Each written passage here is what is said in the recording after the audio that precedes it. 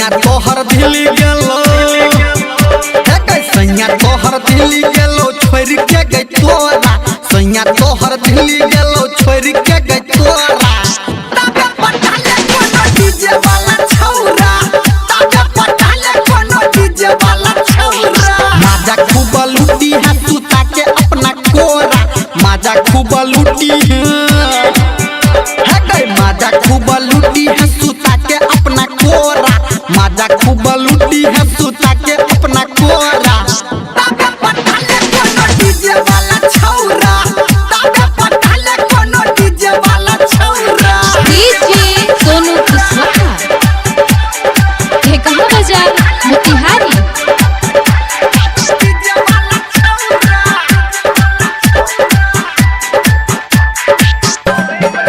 लहरा जवानी के नहीं है तो भरा दास गई भातारा से ज्यादा यार रहत हूँ पास गए लहरा जवानी के नहीं है तो भरा दास गए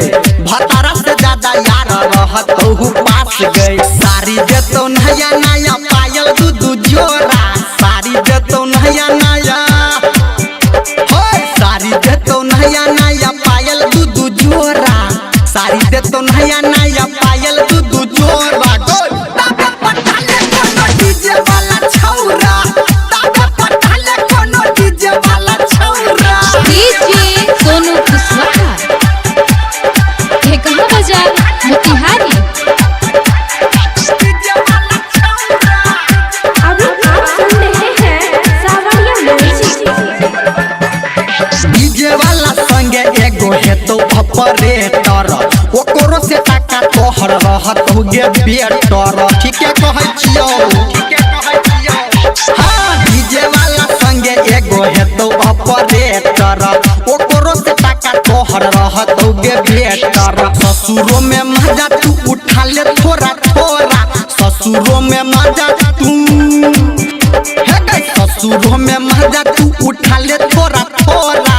ससुरों में मजा तू उठा ले थोड़ा थोड़ा तबे पटाले कोनो डीजे वाला छौरा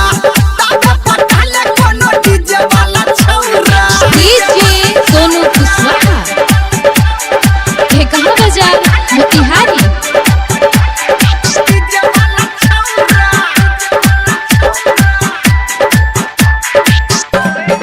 ज्यादा हम तोरा से नहीं करब बहस गए धर्मेंद्र के देख एना नहीं तू हंस गए कह दै छियो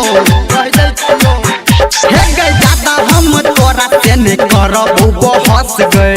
धर्मेंद्र के देख एना नहीं तू हंस गए डीजे संजय गौतम जी ही करे छौनी होरा डीजे संजय गौतम जी हे गे सुनना डीजे संजय गौतम जी ही करे छौनी होरा डीजे संजय गौतम जी करे छौनी होरा